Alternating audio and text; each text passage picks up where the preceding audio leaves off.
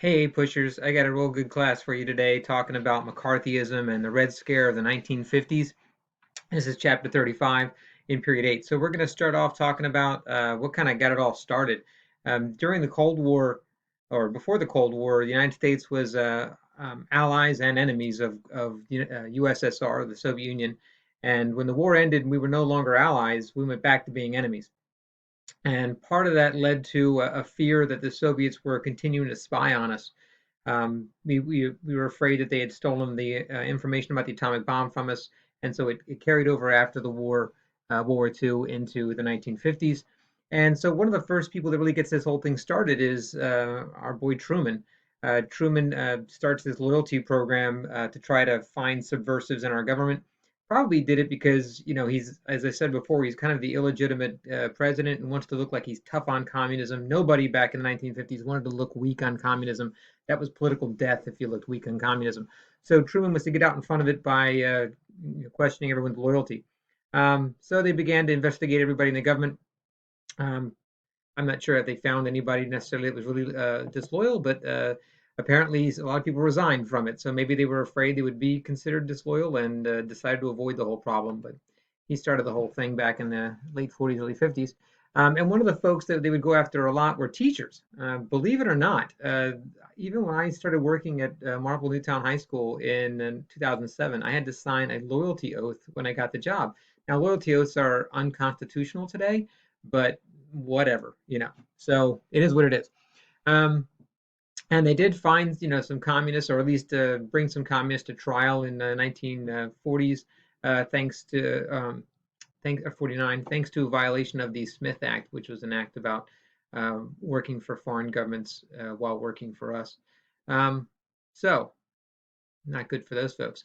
The folks that really got this whole thing though kicked off is the House Un-American Activities Committee, otherwise known as HUAC. And HUAC became very popular after World War II when it was led by a guy named Richard M. Nixon. That's a name you're going to see a lot of in the near future. Future president of the United States, otherwise known as Tricky Dick.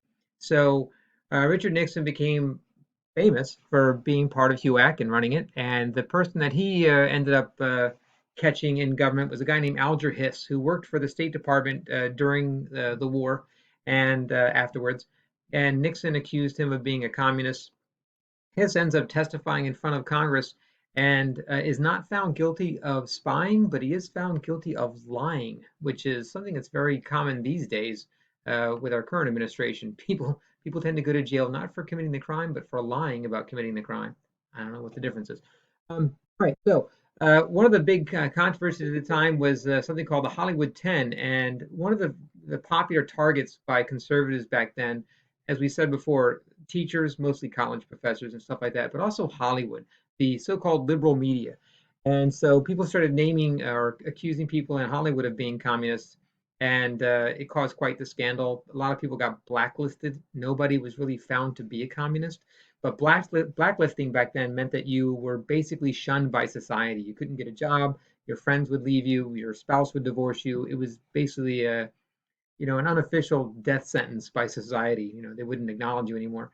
Um, so one of the people that was accused, the Hollywood 10, was Humphrey Bogart, which is like the dumbest thing in the world because he was like America's idol back then, and a hero. And I don't see him being a communist, but whatever. It's made some pretty good movies. If you get to watch Mystic's a good movie about communism in the Red Scare at this time period. Also, there's a good George Clooney movie that just came out recently, and I'm forgetting what it was about, but it was about communism or what it was called, but it was about communism in Hollywood. It was an interesting movie.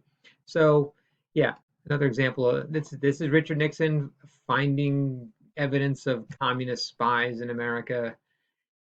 My dad didn't vote for him in 1960, and my dad was very conservative. And I asked him why once. He says, "I thought he was a bit slimy," and boy, he called that one. Anyway, so one of the things that kind of gives credence to these people who were hunting communists in America is the case of Julius and Ethel Rosenberg. Now, these two folks end up being accused of working for the Soviet Union and giving them the information that led to them exploding an atomic bomb. And of course, they claimed innocence. They're put on trial. They were electrocuted in 1953. And even when the Cold War ended in the 1990s, when the Soviets opened up their files to us, we discovered that guess what? Julius and Ethel Rosenberg were working for the Soviet Union, so these were spies, and they were captured and again executed. And again, if you've ever seen The Green Mile, Ethel Rosenberg during her execution, it didn't work well, and she ended up basically burning to death in the chair. So not good for her. Here's a little video about Julius and Ethel Rosenberg. All right, so um, what this all ends up creating is an atmosphere of hysteria in America. Those of you who like Arthur Miller's The Crucible, talking about witch hunts and trying to capture, witches. Of course, there are no witches in Salem, Massachusetts in 1691. Just like there weren't a lot of communists in America. I mean, there were some spies, no doubt, but it became a witch hunt in that all you needed to do was accuse somebody of being a communist, and that was the end of their career. So you know that's why Arthur Miller wrote the book The Crucible in 1955. He was writing it about the McCarthy hearings, which we're about to get into. Um, so there's this bill passed at the time, and this is kind of like the Alienist Sedition Acts of 1798, but it's called the McCarran Internal Security Bill, where basically you could hold people on suspicion of being a communist, and that was enough to put you in jail for a while, at least before trials or whatever. And it kind of reminds me of Barack Obama in 2012, who signed a bill that allows us to hold people on suspicion of terrorism indefinitely, which is against habeas corpus and a violation of civil rights. But hey, whatever. When people are scared, they do stupid things. But so it's not just a McCarthy thing or a Truman thing. It's also a modern thing with our boy Barack Obama. All right, so here's McCarthy. Joseph McCarthy is a senator from Wisconsin, and he ends up exploiting this whole fear better than anybody. Right, he makes a real name for himself. So he's in the Senate and he runs a committee that gets in charge of investigating communists in America, and he really makes it he makes it work for him. He ends up making a speech to start the whole thing where he holds up a piece of paper and says, "I have a list of 205 known communists working in the State Department." There's various stories about whether that wasn't a list. I mean, actually, during his career, he found no one that was a communist working in the State Department. But some people say the list was a menu. Some people say it was blank paper. I don't know, whatever. But he claimed he had a list of 205 known communists. And so he starts having hearings in the Senate where he bullies people, he accuses people, he violates their rights by not allowing to have attorneys. It's a mess. But what it does is create a lot of fear and gives him a lot of power. Again, kind of a demagogue of the time. And he exploits the fear very, very well. Um, Unfortunately for people like McCarthy, if you're going to make a name for yourself by sensational headlines and stories like this, you've got to continue to up the ante. You can't just, you know, stick with accusing low-level people in the State Department of being communists. You got to keep going higher and higher and higher, and that's what he does. For a couple years, he's making a name for himself doing this, and it works for a while until he gets to the army. And what happens is he accuses generals of being communists and communist supporters and or what they might call pinkos, people who are sympathetic to communism but not necessarily communists themselves. So he accuses the army, and what happens is they decide, okay, they set him up. They say, look, why don't we have these hearings for the army televised so that the whole world can see what McCarthy's doing? And McCarthy's an attention hog. Sounds familiar. And he decides, yeah, I'd love to be on television. So he agrees to having the hearings being televised. During the hearings, McCarthy uses a doctored photograph to show a general shaking hands with a known communist. But apparently, the army was aware that he was going to do this. And when he does this in the hearing, they pull out two photographs and say, how did this photograph and this photograph, which are two separate photographs, become one photograph, and kind of expose McCarthy for his tactics that he used. And so that kind of leads to him melting down in the Senate. And before you know it, he is censored by the Senate, which basically means, don't do that. That was bad. And he spends the rest of his career ignominiously sitting in the back row of the Senate, drinking a lot of alcohol and dying of cirrhosis of the liver eventually. Um, but the term McCarthyism, your textbook here is saying it's a label for dangerous forces of unfairness, fear, unleashed by democratic society. I don't know why it has to be democratic, but the bottom line is McCarthyism is a term used to associate when people accuse someone of something with no proof whatsoever, just to create the fear and the suspicion. That's McCarthyism, which I have a great clip for you at the end to show you exactly what McCarthyism looks like today. All right. So one of the things this does as an impact in America is, again, it makes us all fear. During the 1950s, it's known as a silent generation because nobody steps out of line. Nobody wants to question anything. Nobody wants to look different. Nobody wants to act different. Everyone stays conformist because they're very much afraid of being called, something different. Great movie for this, Pleasantville. If you don't get to watch it someday. It's a great movie about McCarthyism and normalcy, or not normalcy, conformity in the 1950s.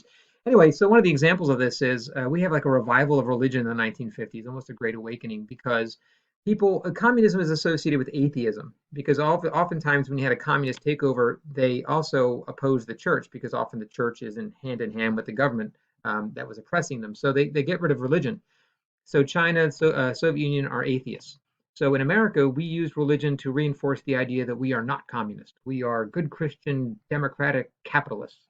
And so you'll see a bit of a revival, but you see things like "In God We Trust" being put on our paper currency, inserting the words "under God" in the Pledge of Allegiance. That was done in the 1950s. It wasn't there beforehand, and so it was just a way of us showing that we are very much committed to Christianity, democracy, and capitalism.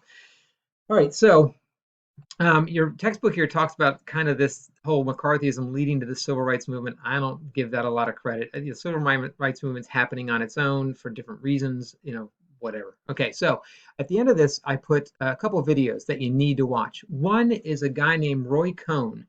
He's McCarthy's right-hand man in the Senate. He's an attorney that works for them.